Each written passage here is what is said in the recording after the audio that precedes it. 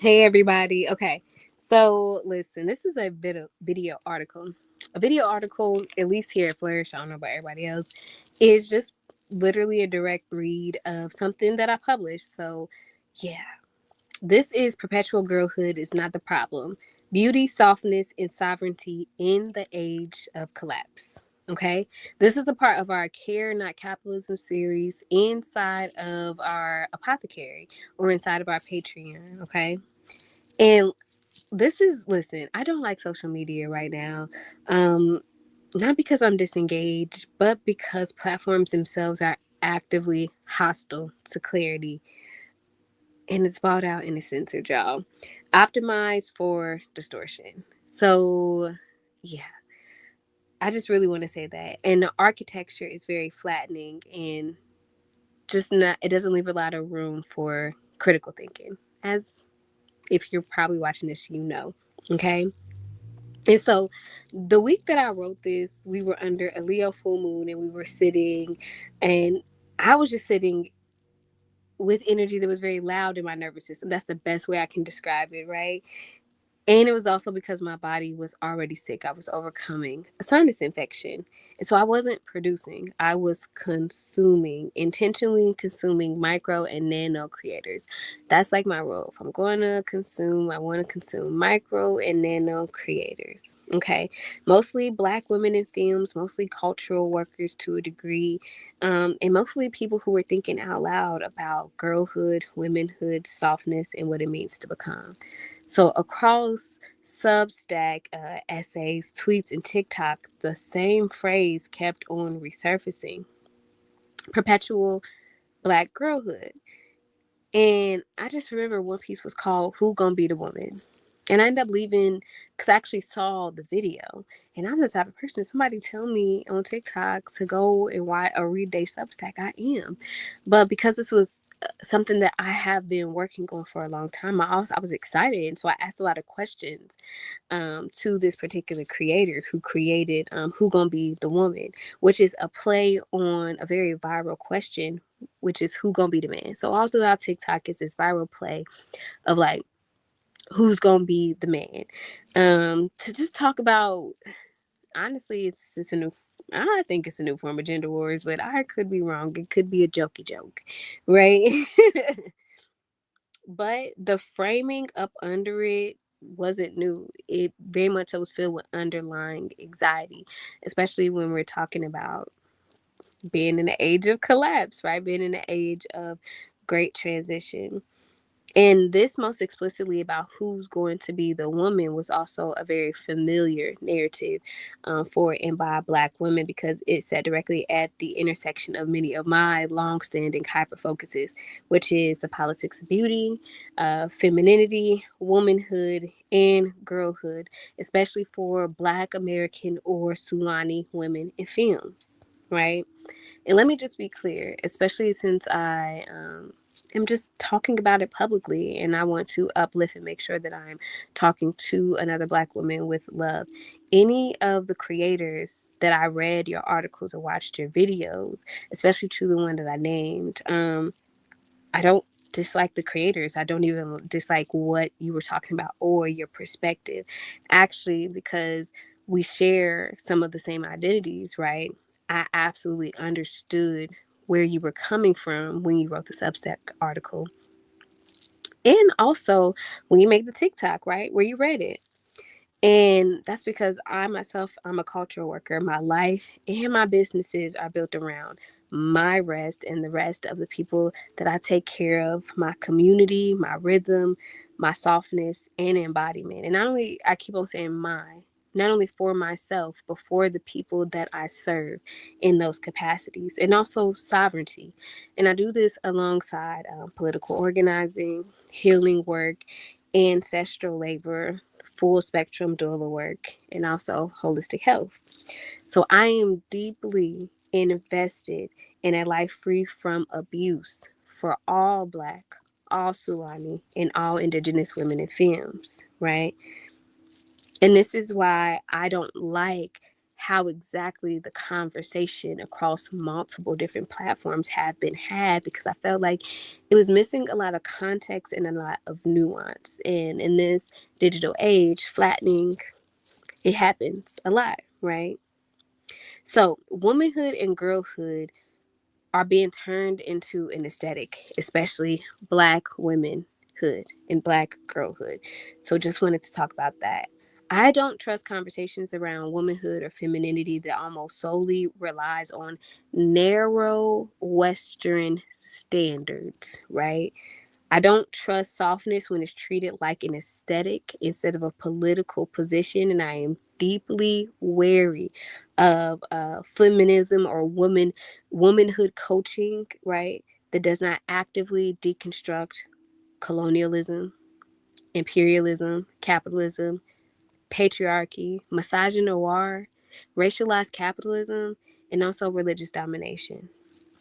If it and if it's not anchored in specific cultural frameworks that we know are the best for Black, for African, and for Sulani films, right? So inside my Patreon, and the Patreon is linked. So I know this is a public video on our YouTube. If you go to our profile, you'll see the Patreon is linked, okay? And in there on tier 4, right? So that's the archival tier. I wrote a 58-page framework titled Creatrix Politics of Beauty, Beauty Sovereignty in the Age of Collapse. In the first volume, I examined pretty privilege versus ugly privilege for Black women and Black films, right? Using data, using sociology, using womanist and feminist frameworks and theories, and also cultural analysis to show that beauty is not just a personal preference, as they often make it seem. It is absolutely a political economy. And I mean that quite literally, political economy together. And we delve deeper into that tier, and I won't go there because it'll kind of get us off track for what we're talking about here in this video article, right? But the basis of that is that beauty determines access. Beauty determines safety. Beauty determines how much labor is expected, how much grace is extended, and it also is about how much of your humanity is afforded to you. So when we talk about girlhood or womanhood without naming beauty as a currency, and when you're talking about softness, you are also talking about beauty. Don't let them fool you. And when you do that and you're not naming beauty as a currency, and you're talking to Black women in films, you're talking to Solani women in films, you're talking to Indigenous women in films, that means you're not acknowledging the systems that Black women have to operate in. And if you are a Black woman or a Black film, it means you're also lying to yourselves. And I know, I've been there, right? And that's partially why we're talking about it in this video article, right?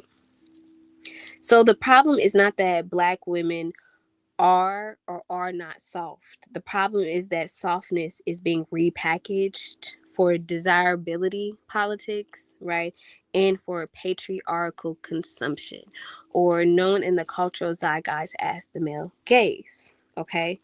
When softness in reality should be the ability to live a life that centers your pleasure, your rhythm, your embodiment. So being fully present in your body and your cycles. And if you are a person who has a womb, you have multiple cycles. There's just no other way around it, right?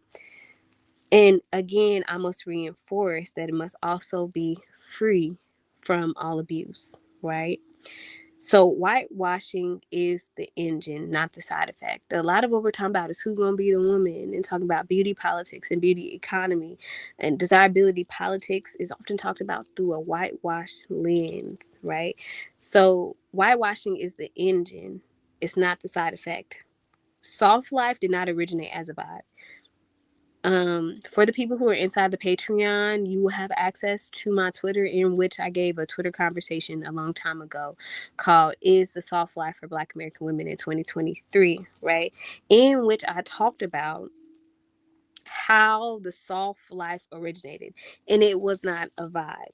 It was a post-colonial feminist critique, right, articulated mostly by African women, primarily Nigerian. So it started with Nigerian women, and then it low key became a continental African movement, right? And this was about women resisting grind culture, neoliberal politics, which is absolutely at play in places like Nigeria, and also patriarchal extraction in gender roles, right? Softness was a refusal and it was a political act. So when we seen them out yachting and doing all those other things, it was a form of resistance and it was a political act. It was an act of sovereignty. It was an act to not be in alignment with what was socially acceptable because it wasn't in alignment with who they were. But whitewashing does what it always does. It strips politics from Black frameworks. It aestheticizes resistance. It detaches concept from their cultural and their material conditions. And it sells us, who are a part of a larger diaspora, a global diaspora, right? Often a hollowed version of our own politics back to us, right? So now when we're seeing the past 3 or 4 years talking about softness, which is talking about beauty, right? Which is that like beauty and softness are related, right? It is often being absorbed into Yite wellness culture, Maha adjacent natural living rhetoric, crunchy homesteading, trad wife aesthetics, and reactionary femininity narratives, aka like femininity coaches, right?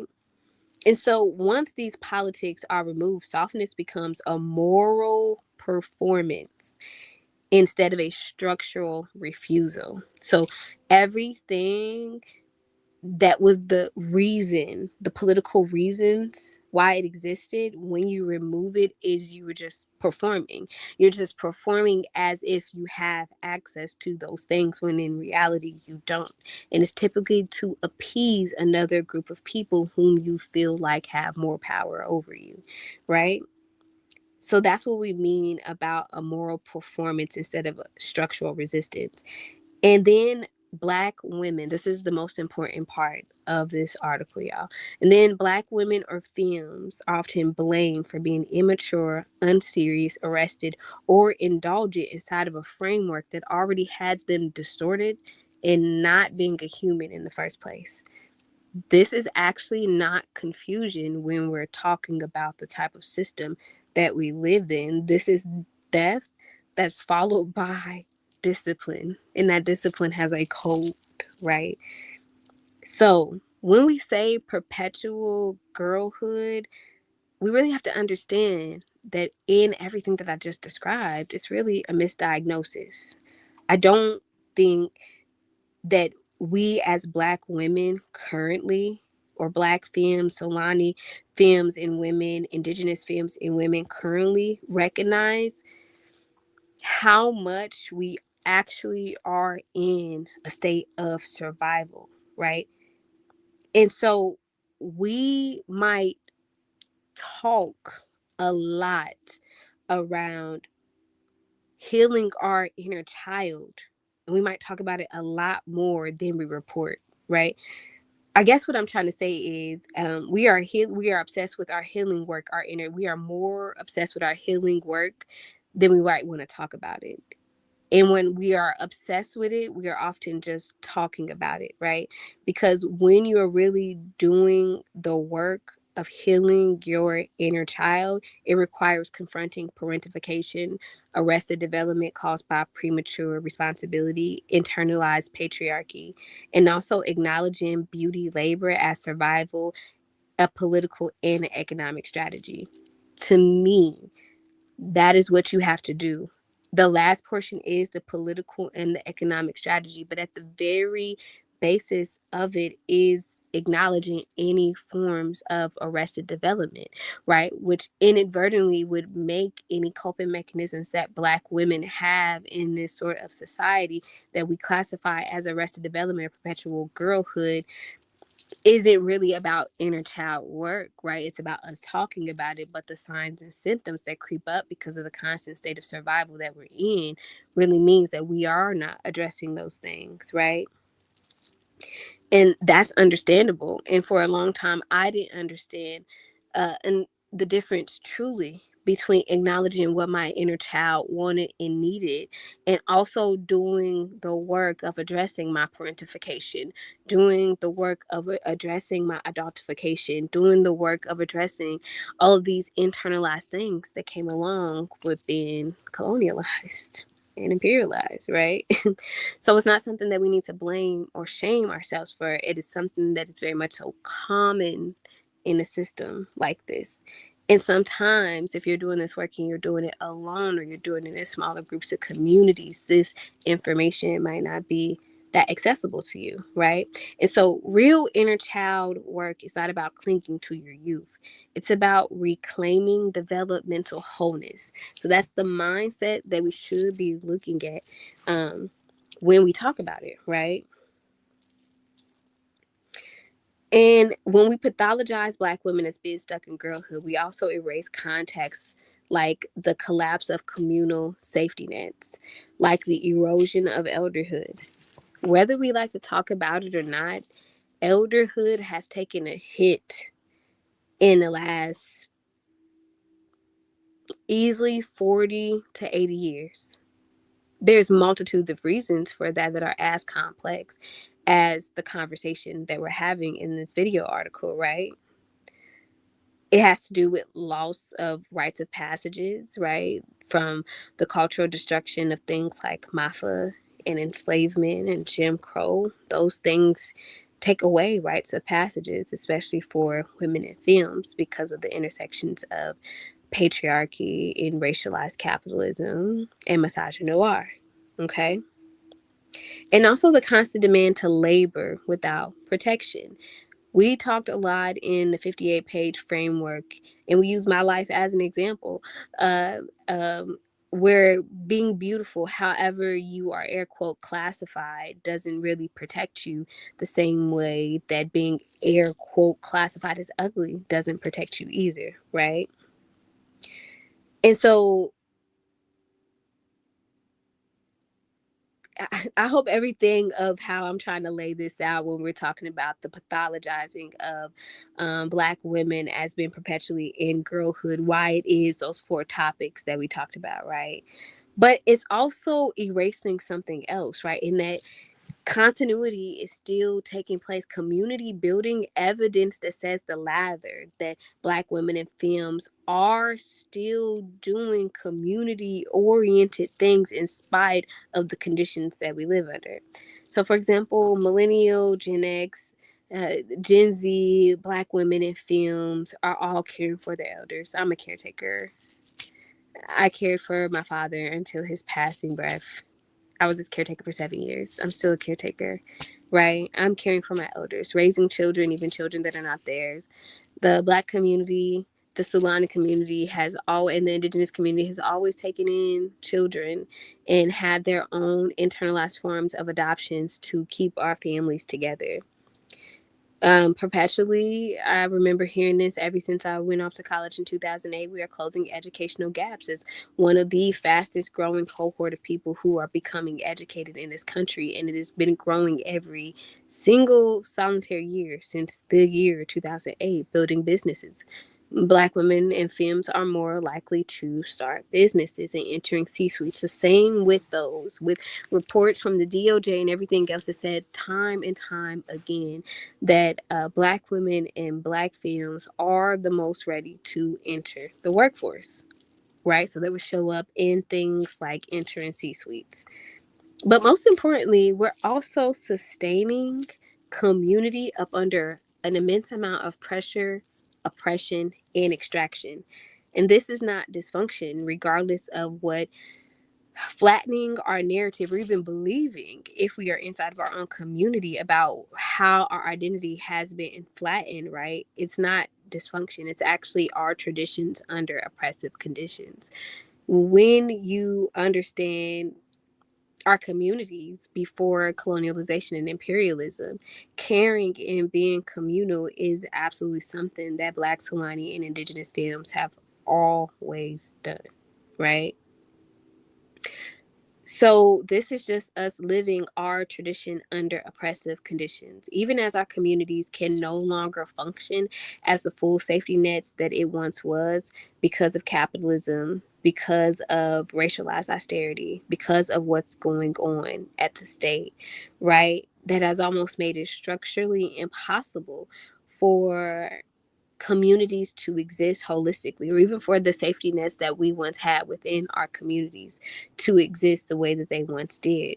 But yet and still, we're still doing the work. I'm still here doing the work. Many are still here doing the work like we always have done, which is holding life together on a macro and a micro level.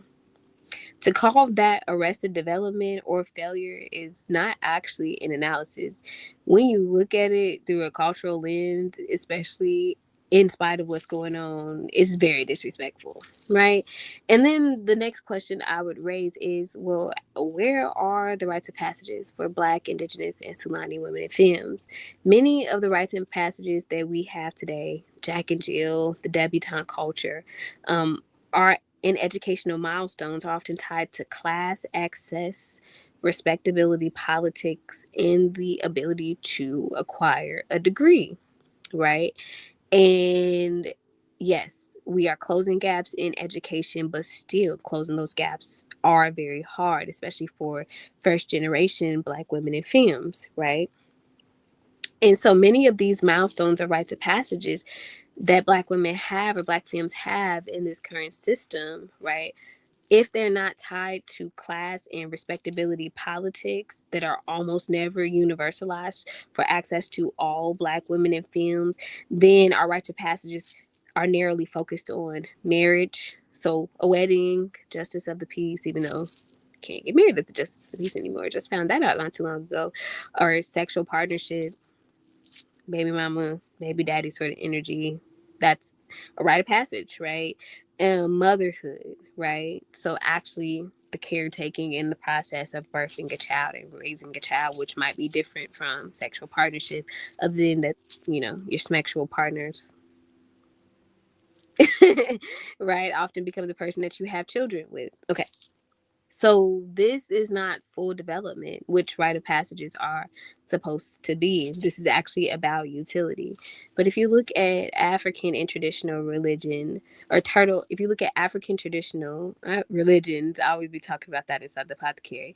But if you look in African and Turtle Island traditions, rites of passages were very expansive for women and femmes. And when I say women and femmes, that is very loose because even how we talked about gender are very much so different, right? But the rites of passages for feminine energy, right, for womb carrying energy was often tied to land, to cycles, to grief, to sexuality, to restraint, to skill, to vision, to elderhood, and also spiritual responsibility. But again, Mafia, genocide, enslavement, and Jim Crow disrupted those systems. So now we are left asking, what does womanhood look like beyond labor? What are rites of passages past productivity or utility? And how do elders protect childhood so it doesn't, so children or people who once were children and become adults don't have to be healed later, right? And how do we grow without desirability as the cost? Softness is political. Beauty is political, or it is nothing. My softness is not an aesthetic. It is my liberation. It's my autonomy. It's my sovereignty. And it's my choice. My womanhood is me healing my inner child. It is me actively addressing parentification. It is actively addressing the childhood things that I went through. That absolutely is a part of my journey. And it absolutely does make me whole when I do that. Okay. And my softness is knowing that I am more than my labor and I'm not defined by who has access to me. But we live in a world where our Black feminine bodies are already politicized. So why do we have to pretend that beauty and softness are neutral? This work is not about rejecting beauty, but to embody it on your own terms. as a political currency and identity, right? As economic knowledge, and as a social power that you are in control of. This is not about healing masculine energy. This is not about healing men. This is not about healing people outside of you when you're talking about your own beauty. It's not about saving systems that exploit you. This is not for respectability politics or its proximity to whiteness, right? This is for self possession, okay? And so this is a part of our Care, Not Capitalism series, right? Care is not just a vibe, it's a refusal of extraction, right? And perpetual girlhood is not the threat, right?